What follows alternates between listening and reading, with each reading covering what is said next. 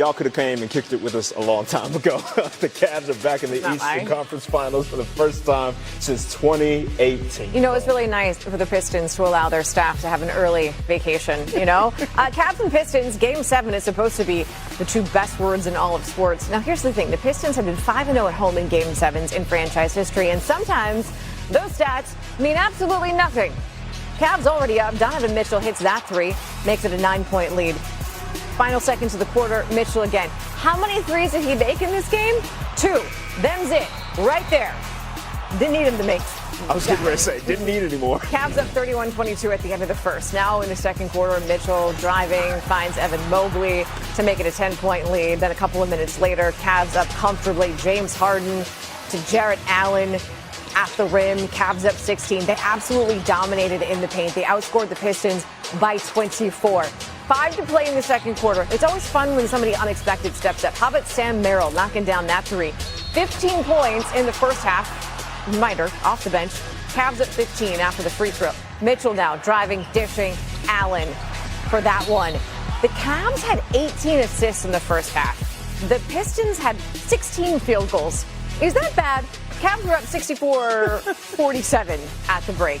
Now we go to the third, because that's how this works. Cavs up 17. Allen off the screen, coming in hot. Make it a 19-point lead. Then more Merrill. He had 15 in the first half. He finished with 23. That right there makes it a 19-point lead for the Cavs. Then more Mitchell, because why not? Cavs up 90-69. The largest lead in this game was 35. It's only 23 there. Mitchell, 26 points. Cavs were up 99-73 at the end of the third. Guess what? No changes in the fourth. No notes for the Cavs. In fact, this lead was so big in a Game 7 in Detroit, Pistons fans were like, we are out of here.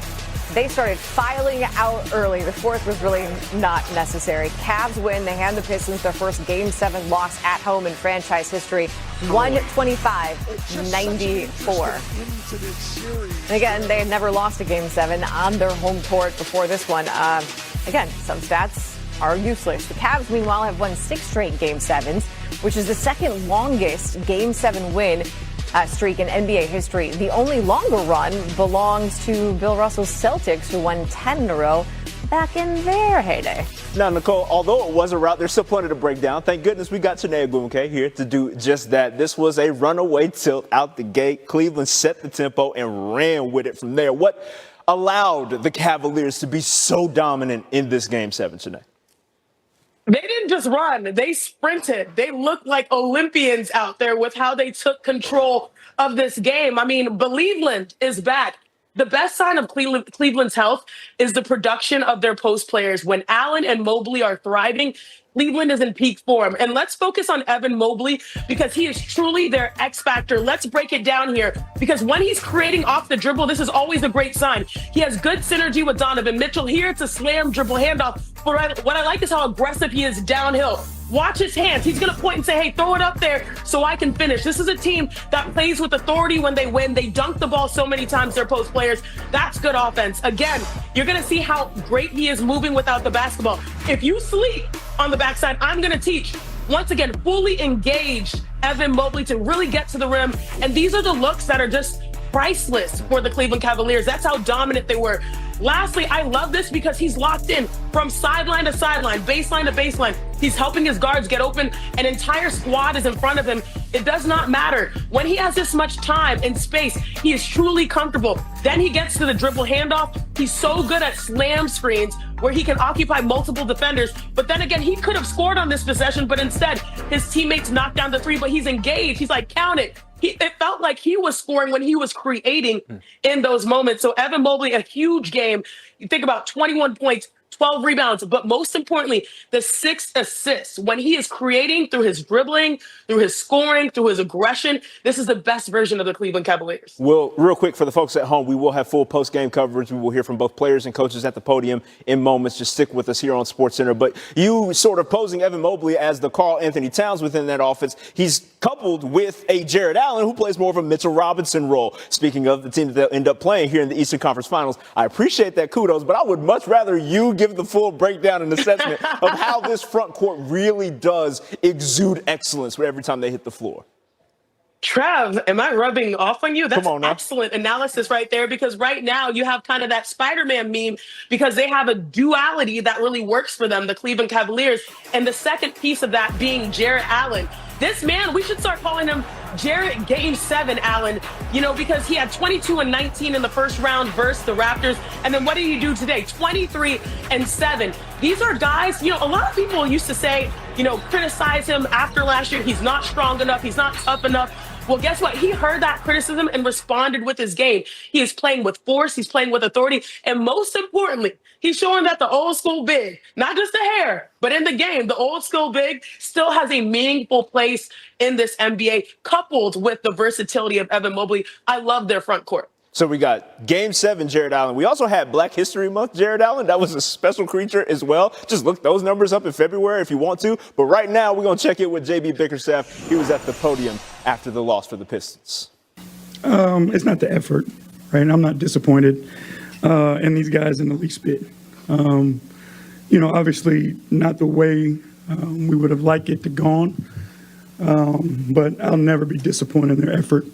They gave us what they had. The Cavs just outplayed us tonight, and you give them credit for it. Coach, I'm Alano, Sam Lon. What is your biggest takeaway about this team with everything that you guys accomplished this season? This team is awesome, and they're a special group of guys.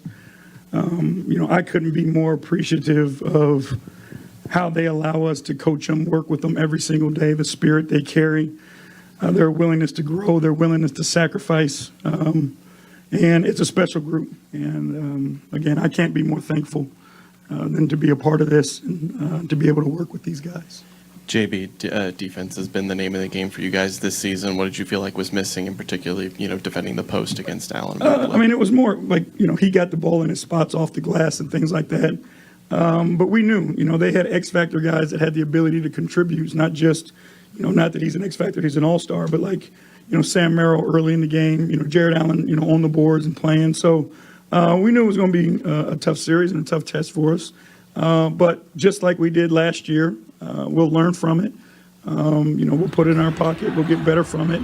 And next year we'll grow and be a better team. JB, in the third quarter, the cameras had you there talking to your team, and you said, we've got to find our competitive spirit. You told your team that. Why wasn't that there tonight? Why do where do you think that? Well, I think we had gotten down. And when we got down, we started trying to figure out other ways to win the game instead of, who we've been. And I just wanted to make the point to the guys, that we do it the way that Pistons do it. And we had to find that in order to give ourselves a chance. Did you feel like Cleveland, since they had lost last game, brought a desperation that you guys couldn't necessarily match tonight?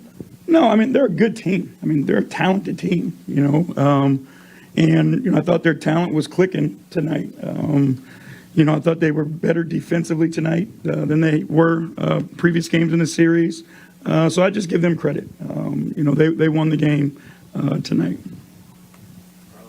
JB, you guys took a step last year, take another big step this year. Playing at home, Game 7, especially what you just done in Cleveland, how big of a disappointment? It's not a disappointment at all. I'm not ever will I be disappointed in these guys. These guys every single day give us what they got. So it is not a disappointment. It's a loss, and it's a tough loss. But that adjective will never be used with this group. It's not. I'm not saying in the guys necessarily, but the season as a whole, and also I'm sure you had higher expectations. Falling far short of that, I guess, is that. I don't think we fell short of anything, and I don't like the direction of your question. I'll be honest with you. These guys have improved massively and done a great job. Anything other than positivity towards this group is unacceptable. The turnaround from where we've come from, what these guys have been willing to do. Yeah, everybody wants to win a championship every year. But, how much did you grow? How much did you improve? Did you sacrifice for the greater good of the team? Our guys did that collectively every single day. and we got better. We put ourselves in position to be here. So there's nothing disappointing about this group and the outcome of this. Considering just the level of growth you help foster here, what are some of the things you're most, I guess, excited to kind of take forward in the next season to continue growing? Well, I mean, it's the guys' ability and willingness to grow, right? Their willingness to be coached, to be able to look in the mirror, honestly see themselves in areas they can improve, and then the willingness to go put the time and the work in to get it done. JB, is it a safe assumption to say that maybe this team just ran out of gas? I mean, you had two long series. You had to really dig deep, desperation in a couple of games to survive and advance. I mean, we again, what we've done throughout this playoff series and throughout this season, again, was remarkable, right? To be down 3-1, learn from it as quickly as we did, be able to come back and then take a team, as good as the Cavs to 7 games. Again, would we have preferred the other outcome? Yes, but these guys gave us what they had, and every single night they gave us what they had, and I couldn't be more proud of them. Thank y'all. Okay, so JB Bickerstaff defending his squad on the way out the postmortem. Janae Ogwumike back with us, specs off, so I know she's really about to get into it. Right when we talk about this Detroit Pistons team, still in search of their first conference finals appearance since 2008. What are the shortcomings on this roster? First, I want to put things into context. And, I took my glasses off because I was like, a little emotional because I felt like those guys, they tried so hard this year. I'm a glass half full type of gal. And I feel like people forget that just 3 seasons ago, this was a team that tied the NBA worst record with 28 straight losses. They were in the gutter. They finished that year, I think, just 1 game off of the worst record in the league. 3 seasons later, Cade Cunningham is in the conversation for MVP. This is a squad that finished #1 in the regular season in the East. And to answer your question, they got to get Cade some help. He is a bad man. I know we talk about the bad boy Pistons. He's a bad man. And sometimes he has to do, I wouldn't even say sometimes, most of the times he's had to do bad all by himself. That's not sustainable in this NBA. You see so many squads where they have 1, 2, 3, even looking at the Cavaliers, 4 options, 4 guys playing really well.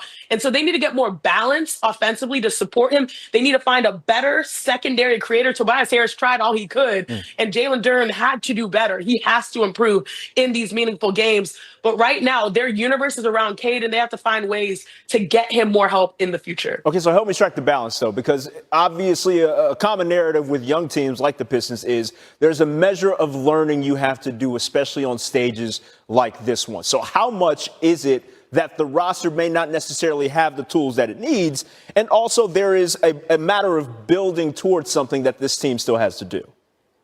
Yeah, they're going to have to play on the fringes with their roster because, again, that secondary creator, especially a wing, is very important. The reason why the Cleveland Cavaliers are sitting in the Eastern Conference Finals is because they made a daring move to get James Harden, who is a secondary creator. He actually is the primary version because he's the one that unlocks the Jarrett Allen and Evan Mobley's. That key piece allowed Donovan Mitchell to take his load and from here down to here. And they need to have that same type of output decrease for Cade because he's going to be effective. We know this guy's a walking bucket. He impressed me so much this postseason. But out of all players in the NBA playoffs, I was like, that guy has to shoulder the heaviest load. And so if they can find a wing, a secondary true creator, not just shooters to space the floor, not just post players that are dynamic, if they can find a secondary creator, that will help them get over the mountaintop. And lastly, I'll say this. Sometimes you have to go through it to get to it. And they went through it and they continue to go through it. But now they're learning these requisite lessons for them to find success. Because with growth comes growing pains. And this is just the pains of being Detroit right now. Yeah, you heard JB Bickerstaff mention it. The effort second to none. It's just a matter of understanding how quickly you need to learn these lessons if you want to advance a little bit further. But let's switch over to the winning side of things. Kenny Atkinson for the Cavs at the podium. Yep, you got to take it. Yeah, no, he told me. I didn't read it. He told me I got them in 7. So I didn't read it. I don't read him.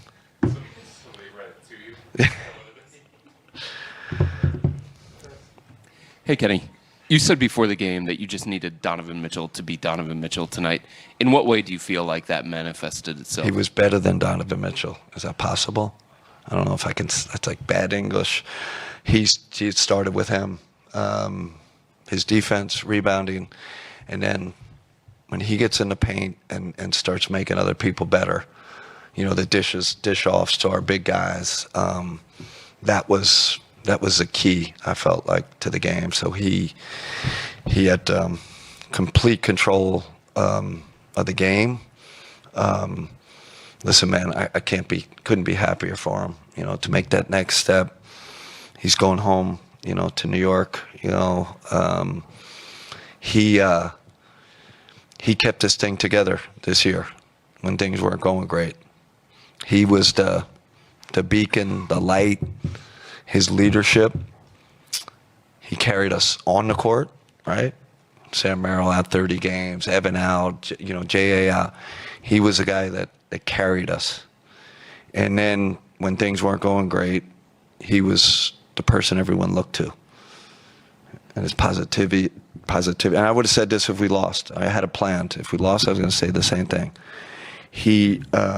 We could have splintered. If your leader splintered, if he goes in another direction, which he very well could have, things weren't going great, but he stayed positive. He supported the young guys. He never got down on the group. So just, kind of more kudos to him, in terms of getting to that, the level he wanted to get to, and I know he wants more. Game 7 on the road, given all the pressure and all the stakes, what does a performance like this show about this group? When we play with force, it's really the key. Like force on both ends. With our talent, we're really hard to beat. What we got to answer, the question we got to answer, and we talked about in the locker room, is, we can have force letdowns. Like Game 6, where we were not the forceful team, but tonight we were. That was the whole difference, our force on both ends. Kenny, understanding that this group has larger goals than just winning this game and advancing to the conference finals, this is a place that this group has not yet been. What does this accomplishment mean to you and to this group? It's like, and everybody says, it doesn't mean that. No, it does mean something. I think it does. I think this was just the next step for us. First day of training camp, I put up our playoff record over the last 3 years, 11-15. I've been saying all year we have a lot to prove. And we still have more to prove. That's kind of the next part of it. But we proved something to ourselves that we could take that, another step. Just looking forward to this next challenge for us. What is it with Jared Allen in Game 7s? I don't know. I had dinner with Dan Gilbert last night. He came over to our hotel, and he goes, who the key to this whole thing is? I was thinking Harden, Mitch. He goes, the key to this whole thing, the spark of this is Jared Allen. I said, really? And that sparked me to run the first play for him. I'm like, man, have I been, sometimes you have, people who observe from afar, plus Dan knows the team well and knows these guys. It was really, I was like, man, I went to my room. I'm like, man, I'm going to run the first play for him, which I think got blown up with. But anyway, I'm like, man, we got to, and in our film session, we had to reward the bigs. Sometimes you have to be reminded. And that was great by Dan. He hit it on the head. He was prophetic. Just felt like from the first quarter, you guys, to your word, like play with force. Mitchell was sort of distributing the ball. Just like what do you think led to that? Why do you think that you guys just kind of came out sort of hitting first from the jump? Well, you said it, Mitchell distributing the ball. I think that was a big part of it. Listen, I can't say I predicted that we were going to do that. Like Game 7, their arena, the crowd was, and it was across the board, right? I think we knew that start was monumental. The start, that they knew that we were here, and that we were going to give them some problems, And we talked about it today. We talked about it in our film session. At the beginning of the game, that was key. And then coming out of halftime is the same, same message. We got to win this first 5 minutes, to put them on their heels. Janae's still holding us down here on SportsCenter. I know you want to get into the big talk because Kenny Atkinson showed so much love to the bigs, and I respect that. But I do want to lock in on the backcourt specifically. How are we able to get more out of Donovan Mitchell with him doing less ostensibly with the addition of James Harden? Just look at this game as one game sample size, and that's your answer. Because what Coach Kenny just highlighted was his team, but most importantly, his superstar meeting the moment. Donovan Mitchell, these are his words, was better than Donovan Mitchell. And Don is a good player. He's a great player. He's an elite player. And I feel like all the quote unquote, respectfully, haters and all the detractors are going to be a little bit quieter tonight. Because Don, he finally got over the hump. The hump being he's finally made a conference final. He has yet to do so until now. And so that's impressive. But to me, one thing I love that he highlighted was not just his scoring, which was 26 points. It was the team play led by Don. Don had 8 assists. The first thing I look at in a box score to see how connected a team is assists to field goals made. They had 31 assists, the Cleveland Cavaliers, to 43 field goals made. That is beautiful basketball led by their superstar who finally got over the hump and he met the moment. And so I'm excited to see, as he mentioned, him go back home to New York, the foe of all foes and the Knicks. It's building to be a storybook ending. It's going to be interesting. And we have to get your thoughts on just that matchup, but that's in a little bit of time here on SportsCenter. Today, we appreciate it as always, homie. Well done. We call that a tease in this business. The early odds, by the way, for the Cavs and the Knicks when things kick off in the Eastern Conference Finals. New York is minus 270 to win the series and a 6.5-point favor to take game one, which, by the way, is like 2.5 hours. And if you made the drive, if you're a Cavs fan, you had every reason to stick around and watch the 125-94 win. Pistons fans largely evacuated the building. Yeah, they got up out of there. I mean, like, it also... We're good. Right. It also helps that 25 busloads were brought in by Dan Gilbert of Cavs fans, and they had that building rocking for Donovan Mitchell and them, who were really good offensively, despite their struggles on the road leading into this one from a shooting standpoint. Everyone contributed. Cavs led by as many as 20 in the first half. 64-47 was your score at the break. Those 64 points were the most they've scored in a road half this postseason. When you look at the shot chart, you see they were getting any and everything that they wanted. Better than 50% from the field. Better than 40% from three. The ball was moving around. The offense looked easy. It was aesthetic. You heard from Cade Cunningham earlier just talking about just the brand of basketball they were playing. Here a prime example. Jared Allen getting to a tough move. Gets the lay, puts the Cavs up 23. And then Allen one more time off the dime, just throwing it down. James Harden may not have done much from a point standpoint, but he got it done offensively. And then here Donovan Mitchell getting it done as part of his 26-point night. And then Mitchell, nasty step back three. Jared Allen and Donovan Mitchell assisted or scored on 26 of the Cavs, 35 points in the third quarter. Cavs win. Tobias Harris after the tough performance. Feeling at this moment? Disappointed, obviously. Tough way to go out. Overall for us as a group, I just think, just disappointed really.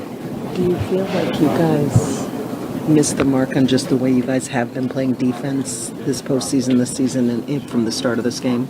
Yeah, for sure. I mean, we couldn't find our defense tonight. Early on in the game, they were spraying out, getting threes.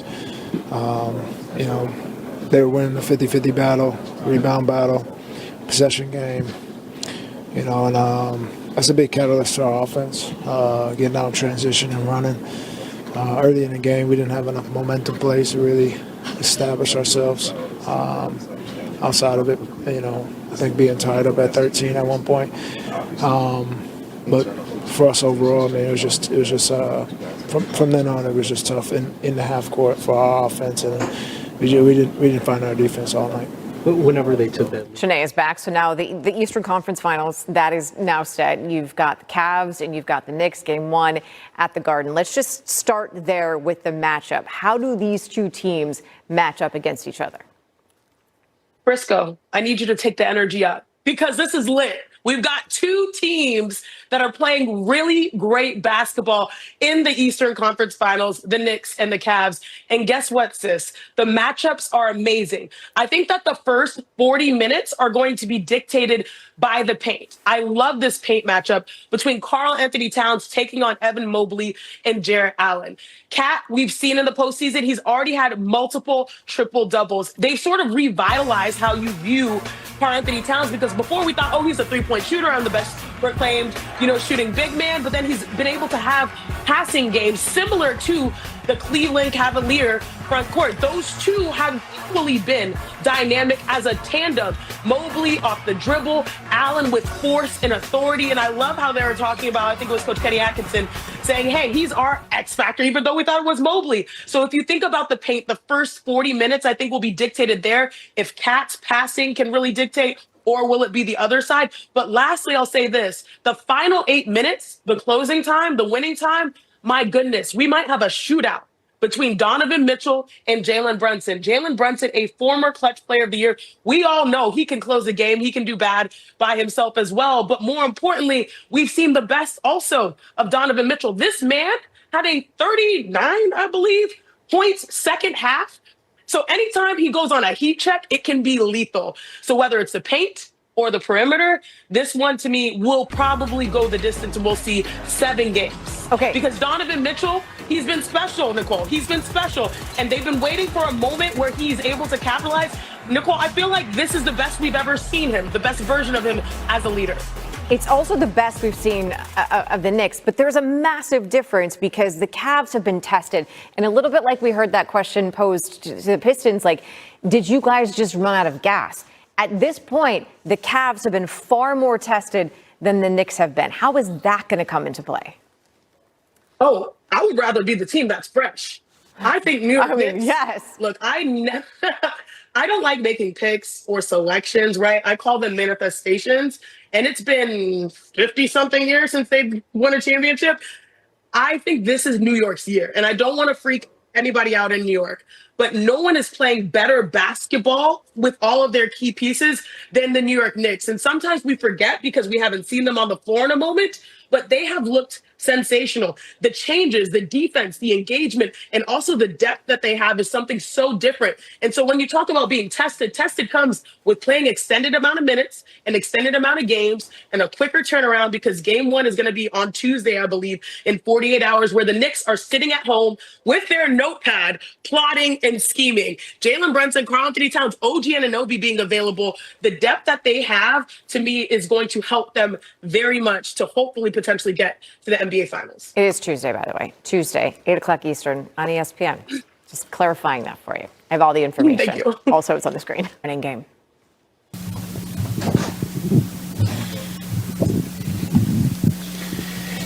Cade, could you could you figure out what happened early on, what hit you guys, and how hard was that to fathom right out of the box? I mean, both teams came out to win the game. Just went their way. I don't really have an answer outside of that. Cade, obviously the team accomplished a lot this season. Not how you wanted it to end tonight, but where's your mind at now? And I guess how do you reconcile those two things, understanding that this team made a lot of progress, but obviously didn't end the season on the note you guys wanted to end it on? Yeah. That game sucked. Being back home, definitely wanted to get this win in front of the fans. Reminded me of last year, losing on the home court. It's not a great feeling. So I hadn't been thinking about the off season. So, my mind's been racing now, trying to figure out, what I got to do what it's going to look like. That's really it. Just immediately, how do you kind of feel you can continue to grow from this season, and what has kind of inspired that growth? I mean, working on my body,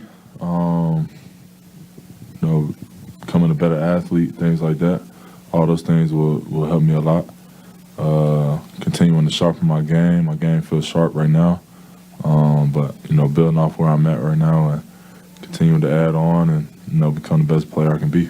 All those things are on the forefront of my mind. And, I have time to, work on those things. So, I'm just focused on how I can get better now.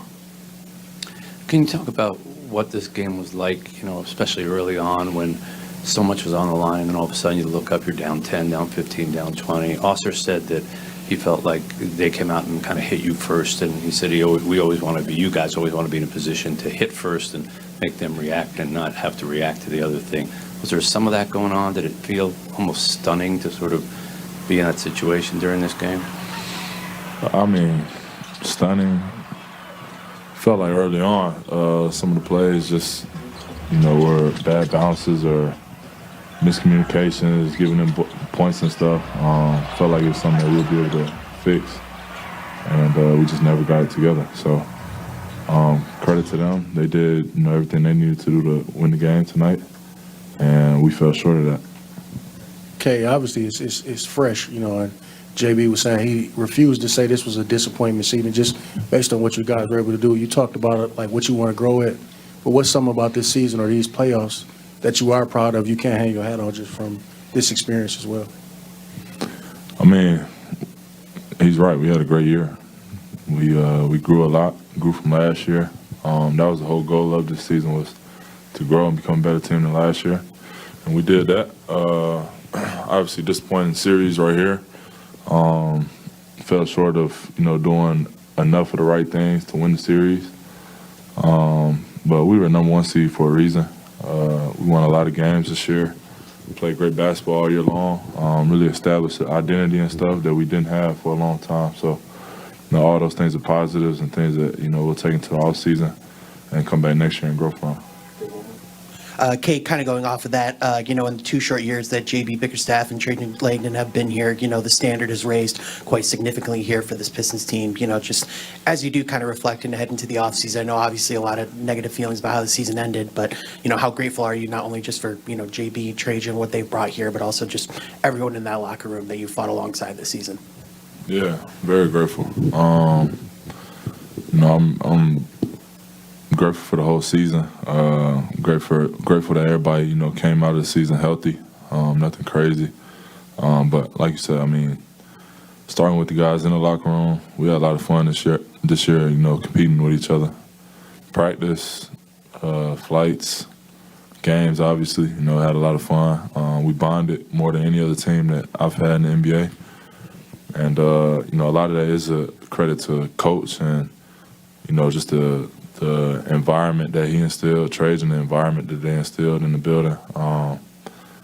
Things that are business, but also we have fun together and we enjoy our time with each other. So, I can't thank everybody enough for, just creating that environment, allowing us to grow in the way we did, and all the support that, I've had and the whole team has had this season. Cade, knowing that you guys didn't as a collective play your very best game to finish the season, how much does that fuel you all going forward into not only next season but the off season and what you could probably do, what you want to do from here? Yeah, a lot. I mean, it's hard not to. It was a great opportunity this season, to move forward and to continue to, experience new things that we hadn't been exposed to. Fell short. We were right there, but we fell short. So, I think that chip and that sting is going to sit for a while, and got to work through it and continue to grow. Thank you. As promised, the dynamic duo of Jared Allen and Donovan Mitchell at the podium, new on SportsCenter. I think the biggest thing is just, a response from Game 6, right? I think at the end of the day, we did a lot of really good things for 3.5 games, right? And then Game 6 was a letdown, and ultimately it's just how do you respond? I've been saying to you that since I got here, right? It's not always going to be just straightforward black and white, and it was a little bit of a blow to us how we respond, how we came out Game 6. But the biggest thing is we responded with force for 48 minutes tonight, right? Like there was no life, especially in a hostile environment, but. That was the biggest thing. Is just how do you respond and not letting the moment become too big. And then I know that you have bigger goals as an individual. I know that you have bigger goals as a team, but this is the first time that you have gotten to the conference finals. For you, what does this mean? A breath of fresh air, but like you said, we didn't just come here that wasn't the goal when we started the season. Even last year, when we lost Indiana, we had our goals set on getting to the finals.